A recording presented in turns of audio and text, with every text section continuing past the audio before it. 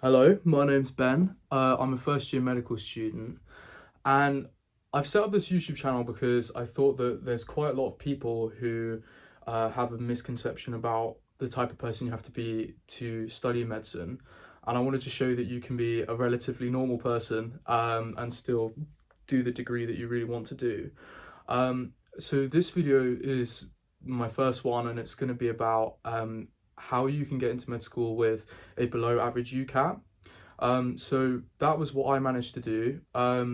I got into a top 20 med school, and I got rejected from all four of my choices. So with medicine, you probably already know this, but you only get four choices. And I got rejected from all of them, and yet I still managed to get in first try. So, I even got to the point where after I finished my A-level exams, I started revising straight away to do the UCAT again. So you might be wondering how I managed to do that. And the short answer is I got in through clearing. So if that's all you want to hear, you can go. But if you want to know absolutely everything that I have to say about it, then sit around and watch the whole video. So the first thing, I think, and I've been there, so I know this, when you get a below average UCAT, and you know what a below average UCAT is usually for your year, or at least you can see for the years before, you get all these really negative thoughts going through your head, thinking that you're stupid or something like that. And that is just not true. You are going up against some of the most intelligent people, because it's only those kind of people who go for medicine. Well, that's not true, but evidently, but you are going up against people who are very intelligent. So that means that you getting a below average does not mean that you are below average intelligence. So don't upset yourself with that.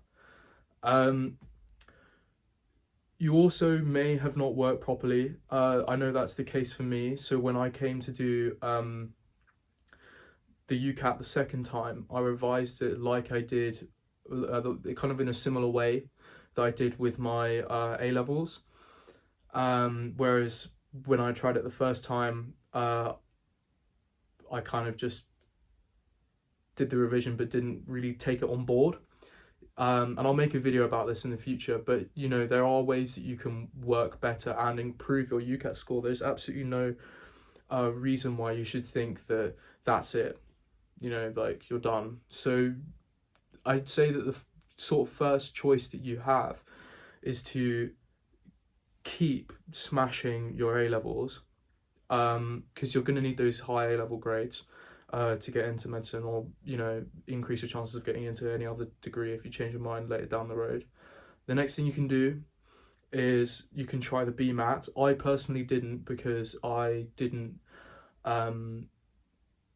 I didn't really like the idea of going to one of the BMAT unis, to be honest with you.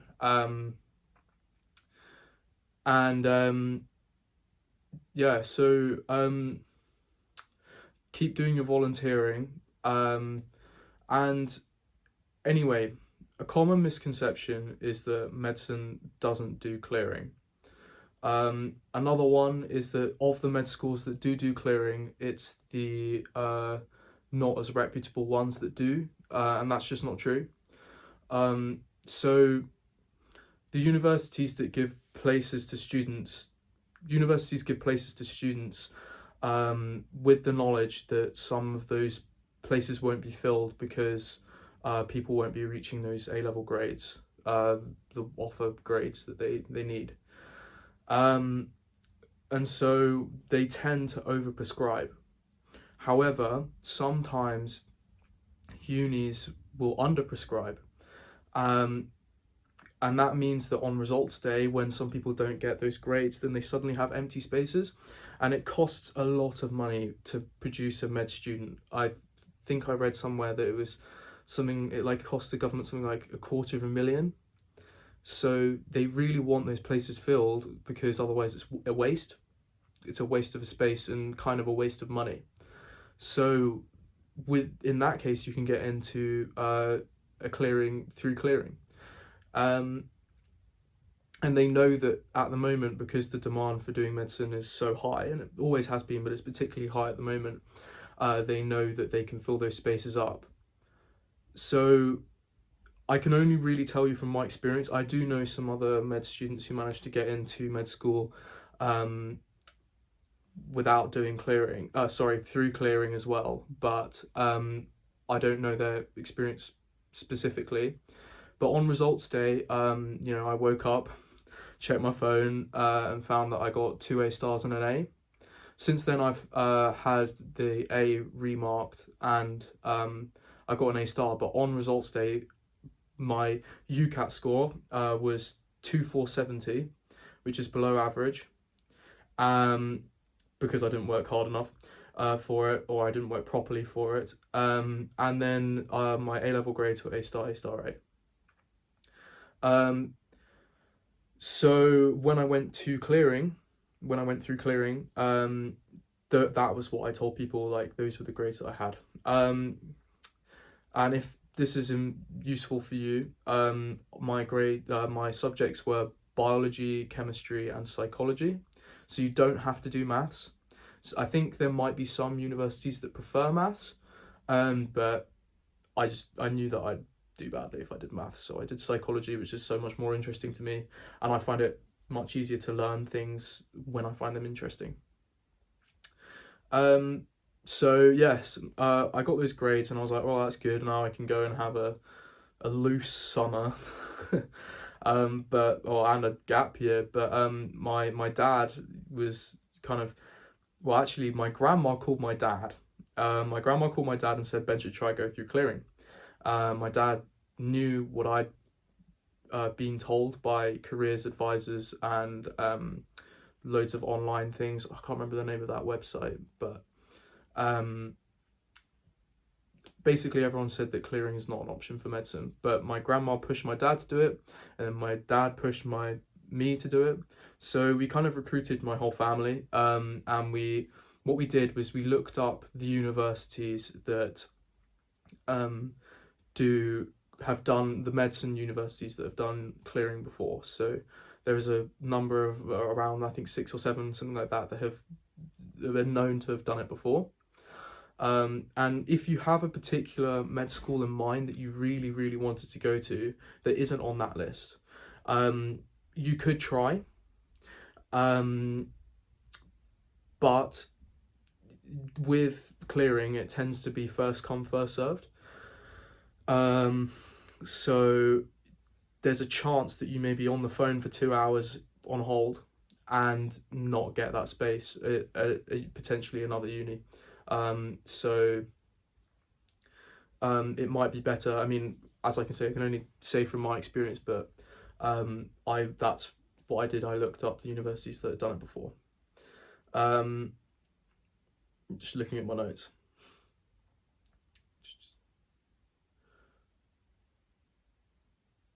Yeah, so my dad and we called up all of these med schools, and we were on hold for an average of like 45 minutes. I think the med school that I eventually did manage to get into, my dad had been on hold for something like 2 hours. I don't know, it was ridiculous. So even if, you're waiting on that phone for a long time, evidently it's worth it.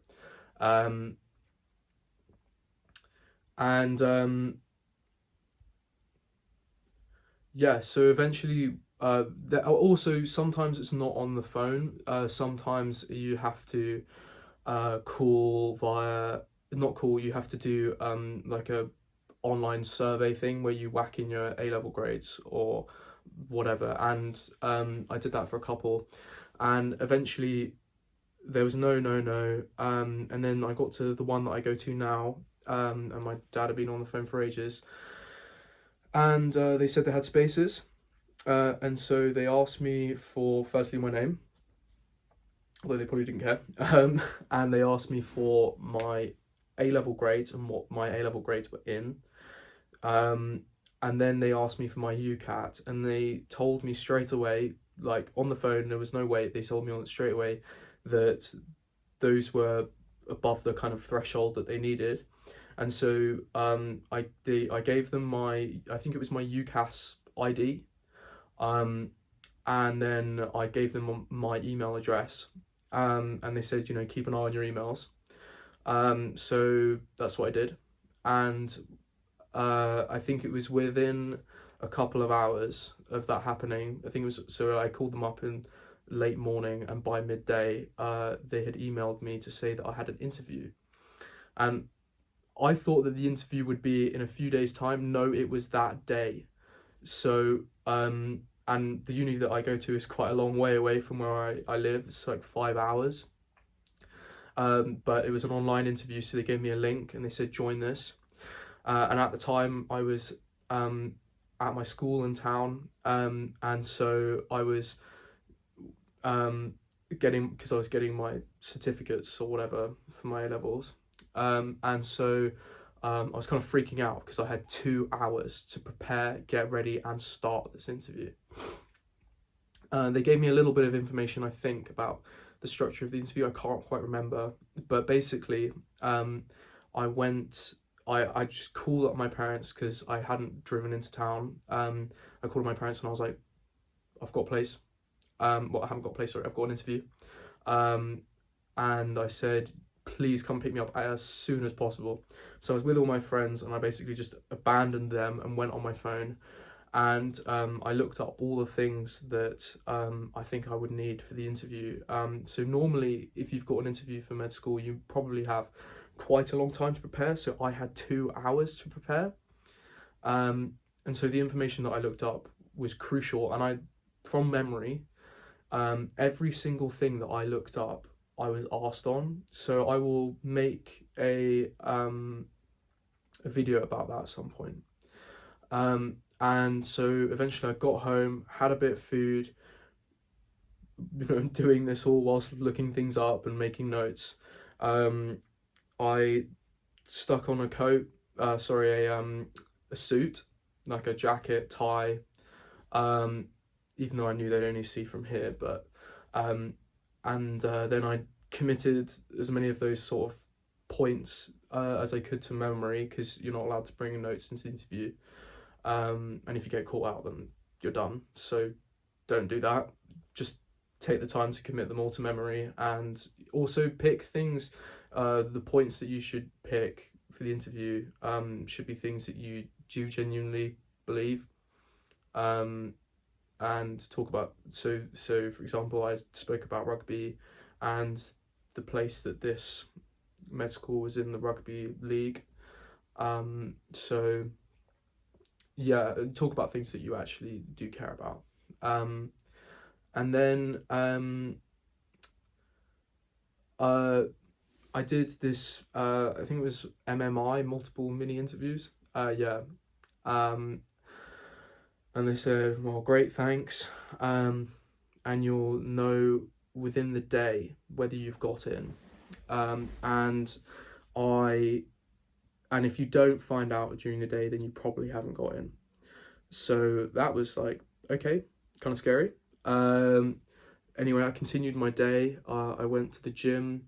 I was sat in my mate's car coming back from the gym, and I just refreshed my emails and it said, congratulations, you got a place.